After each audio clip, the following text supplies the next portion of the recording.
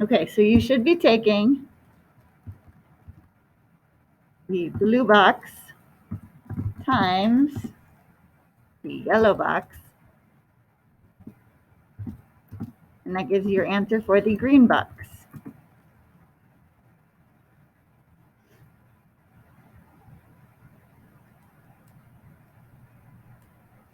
For the last one, you're going to take the green one divided by the orange, which will give you the magenta. Okay. Shouldn't take people too long. If you don't have the numbers, again, use 10 for the orange box and 200 for the blue box. If you don't have the numbers, you can use my numbers.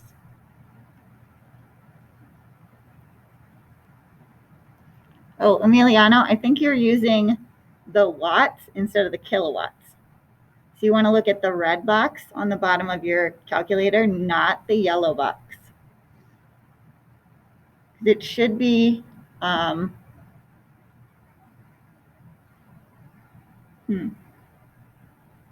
I see. Number of appliances, probably going to be around 10 or 12. That might be what it is.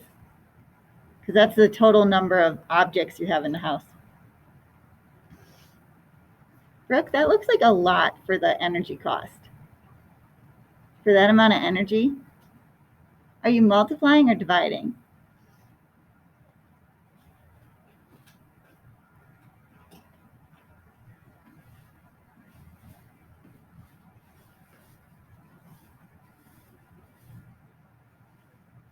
Nice, Lexi, that looks right.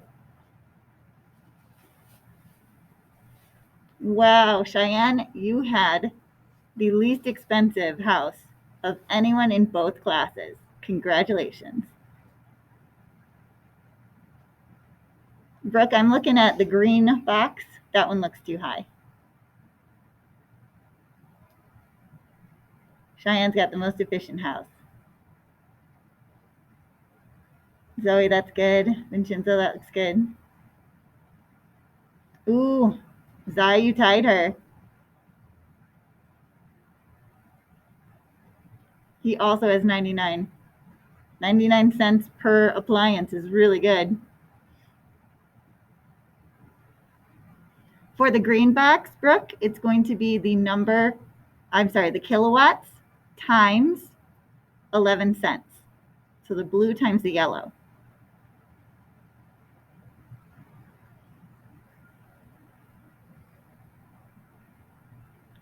Yes, Carolyn, for the purple pinky box, it's the green divided by the orange. Okay.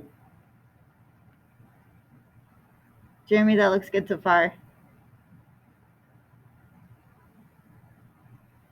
8 people have not responded. Is anyone having trouble with Pear Deck right now?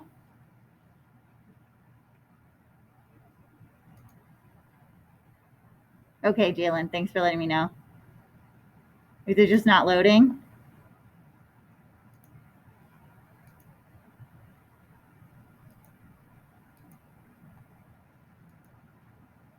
Okay. All right. Do the best you can. All right, so let's show some of these off here.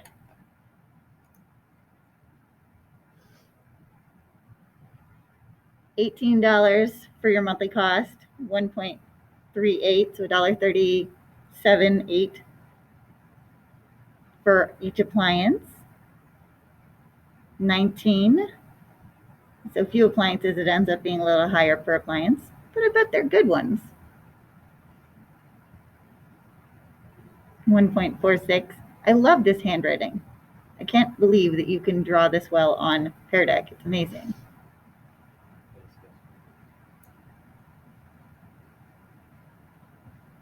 That's really cheap.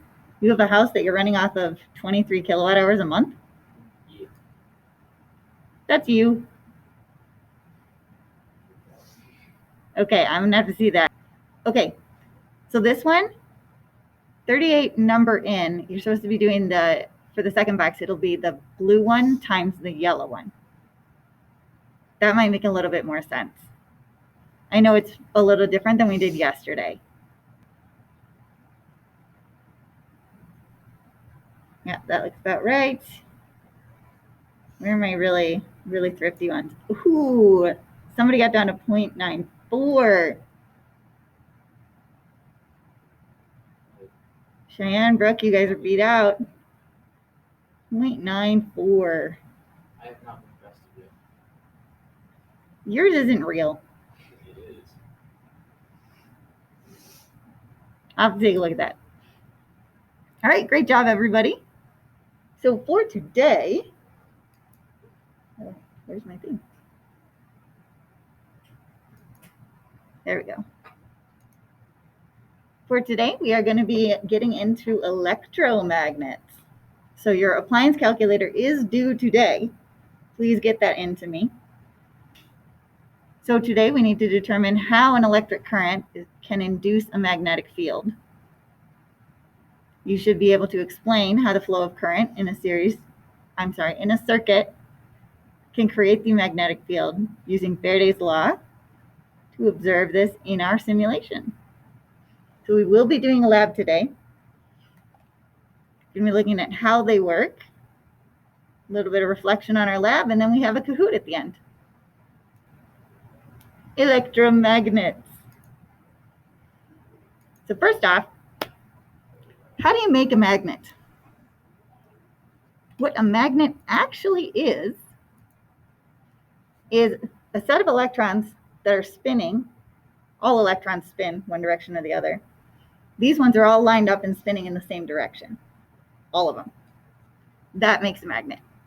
If you think about the electrons being negatively charged, if you have a concentration of those and they're all at one end of the atom, it's going to send the energy that direction, the magnetic force. So that's how we get a magnetic field. These are specifically the free electrons. So we know that in conductors, they have the free electrons that easily move energy between each other. So similar here, but not all metals are going to be able to transport a magnetic force. So ferromagnetic is the name for it when they are a source that can be magnet. So if you think of domains, these little chunks here, you see they're all pointing in different directions. When they're pointing in different directions, they kind of cancel each other out. Just like if you have one force going this direction and an equal force going this direction, that's a zero net force. You're not going anywhere. However, iron, nickel, steel, and cobalt, those metals can get their electrons to go in the same direction. That means they aren't necessarily all going to be that way, but if they are put near a strong magnetic substance, they will align that direction.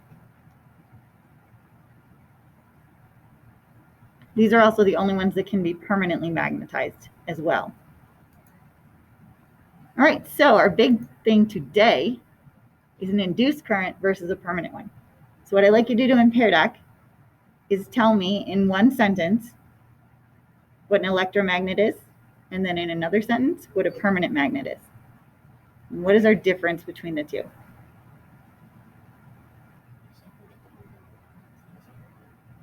Sorry, what was that? Oh, okay. Next time. I also forgot to bring in my dice bag. Jeremy, I have to show you my dice collection.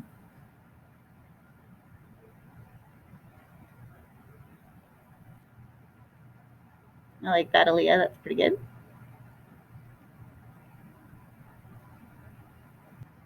Jadana, watch out for the word makes. Is it making it? Think about all the energy in the universe.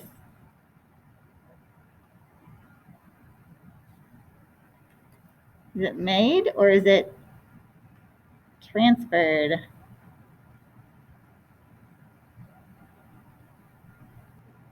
Still missing responses from 8 people, and I don't have everyone in the Pear Deck. Someone would please share the link for that so we can get everyone on board here.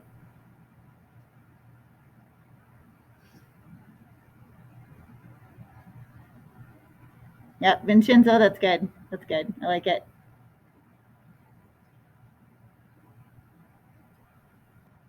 Justin, that's good. Yep. Short and sweet.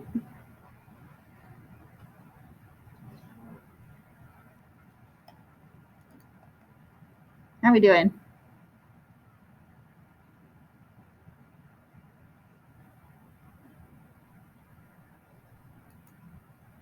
Thank you, Carolyn. All right. Looks like most people have it in there. Who would like to share theirs? Don't make me pick on somebody.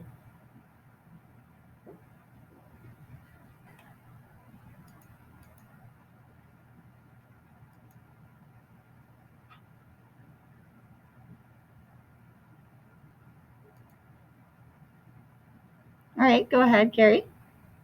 An electromagnet uses electricity to power things through an electric current with electrons and all that. And a permanent magnet creates its own magnetic power out of material. Yeah. Mm-hmm. Yep. So it creates the magnetic field for itself, basically. It's just always going to be a magnet. So things like fridge magnets, neodymium magnets, which are my little thingies here, those guys are always just going to be magnetic the way they are. Whereas there's a lot of stuff you can turn into a magnet, and we do that often.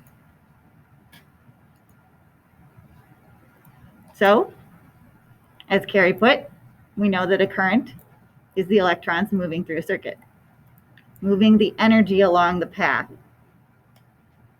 So one very important side effect of that is that it also creates a magnetic field, and it creates it around the wire.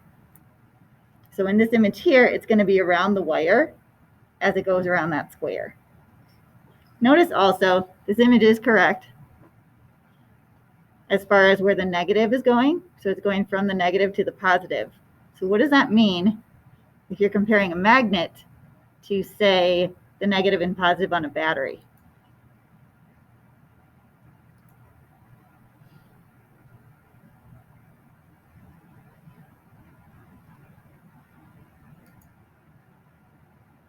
It's the same. Mm-hmm. So that means that north is also going to be in the same spot as what on a circuit, or on a battery, I should say. Negative. Great, Lexi. Yes. North, negative. North, negative. North, negative. So the negative end where the current's going to be flowing out of is also where the magnetic field flows out of. North, negative. So this here is an example. The magnetic field around a wire is actually going to be in the form of a circle around the wire. So now we're going to build our own.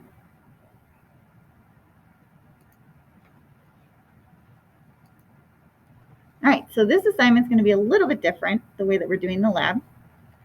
We're going to do the lab together. And then at the end of it, I've actually got everything broken down into slides for your note catcher.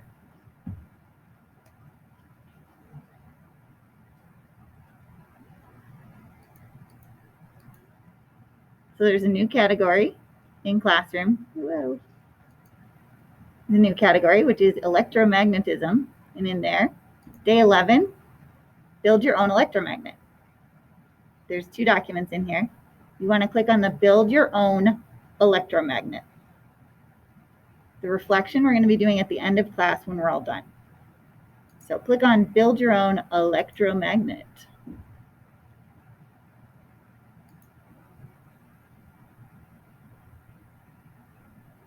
And you should get something like this. So the first 10 slides or so here are going to be your lab. And it goes through explanations of them, what we're doing, why we're doing it. So you're going to be able to manipulate an electromagnetic force to determine what values need to be adjusted to strengthen that. So what would make an electromagnet a stronger magnet.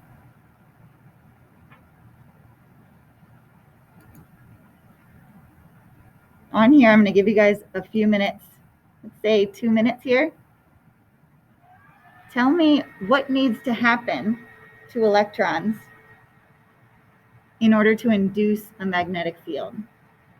Once you have the pre-lab questions answered, go ahead and take out your kits, your science kit. If you don't have a science kit, don't worry, I'm going to walk you through it.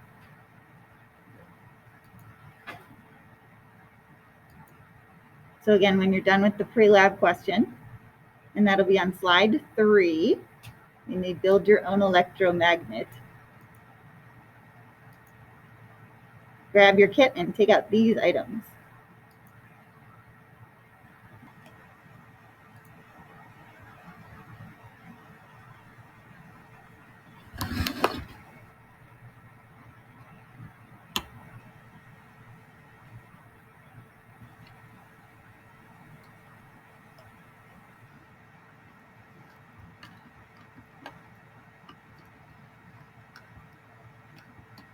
All right, if you are still getting out your supplies, don't worry, we're going to take this slow.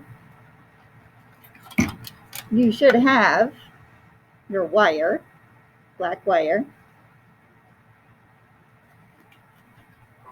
You should have your battery. If your battery is dead or you don't have it on you right now, grab any AA, AAA battery would be fine. You need the nail. So iron is ferromagnetic, iron nail.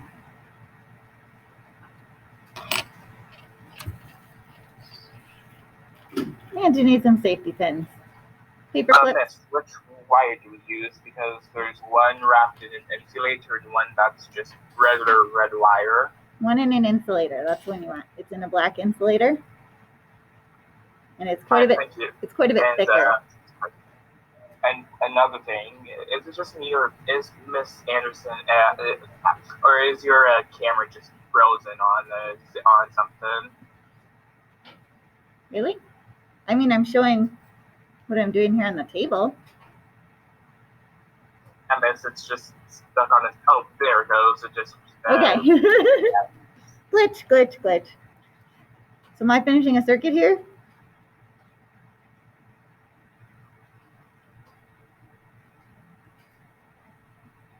Got my wire, I'm touching the two ends together. No, why am I not finishing a circuit? What am I missing?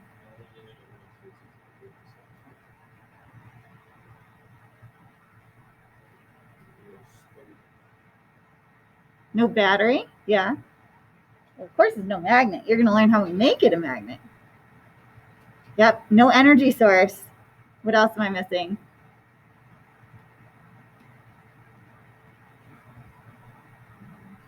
The load. What am I powering, right?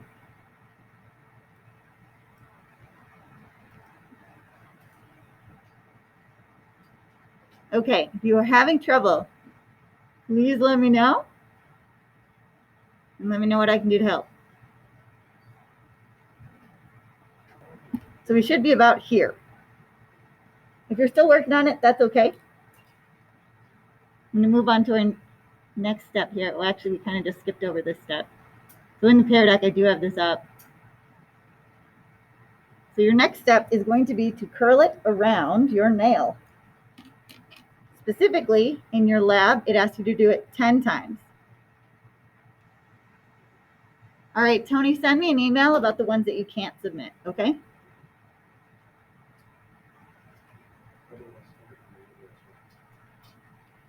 You want to start maybe like at least 1 to 2 inches in at the base of the nail. And then you're going to just wrap your wire around and try to get it as tight as you can. You want to make 10 loops. It takes a bit of working. Although, as Justin said, once you've got one side off, the other side seems to go pretty quickly. So I actually have one that's pre-made, so I'm not going to do this. It's going to be like the cooking show where I pull one out of the oven and it's like, I made this one earlier. So Here's my coil. 10 loops. This is already good. Yeah.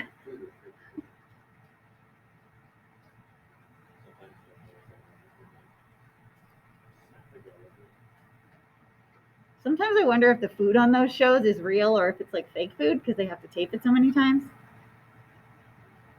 also, for professional stuff, so Yeah. That mostly, if you can see the fight in food. Thank you, Natalie. All right, next step, step 5. Now, warning, warning. This will get hot. Make sure you put your nail right in between there. Take your battery, pull the one end onto one end of the battery. And you want to have your paper clips or safety pins spread out already. One end onto one side, one end onto the other. It'll start getting hot immediately. See if you can pick these up.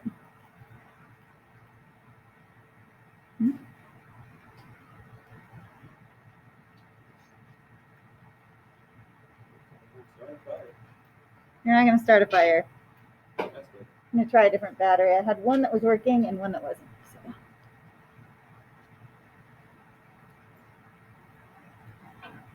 I do not recommend holding this for more than 5 seconds because there's not a lot of resistance in this. It's going to heat up really fast. It's transferring energy so quickly.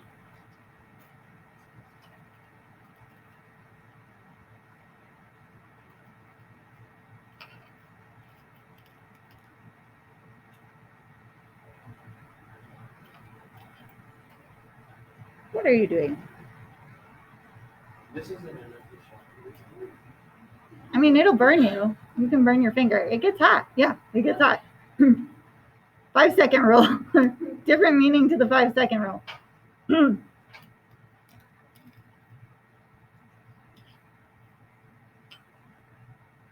If your battery gets really hot, take like a piece of cloth, t-shirt, towel, something like that, and just roll the battery around in it because that dissipates the heat. This will not be enough to do serious damage. Okay, Sam, did you follow the 5-second rule?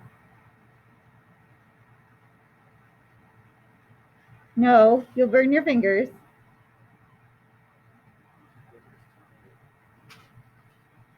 So you should be able to pick up. There we go. You guys see? I have a, whoa. Not the best way to look at this. Let me go this way. All right, give it a second.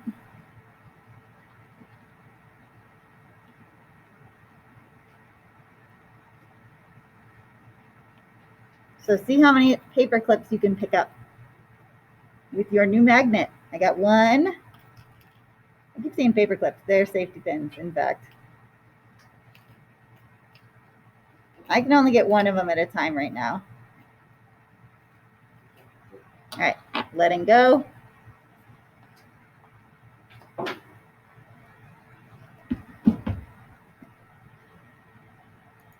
So in your lab, I want you to go to slide 6. Congrats, you have just made your own electromagnet.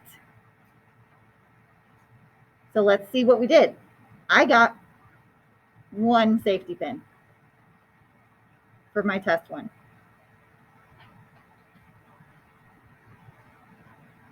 One. So I would put 1 in here. If you are following along with me, go ahead and put a 1 on page 6. So what happens when the safety pin, or what happens when it's disconnected? Nothing's happening now that it's disconnected. So nothing.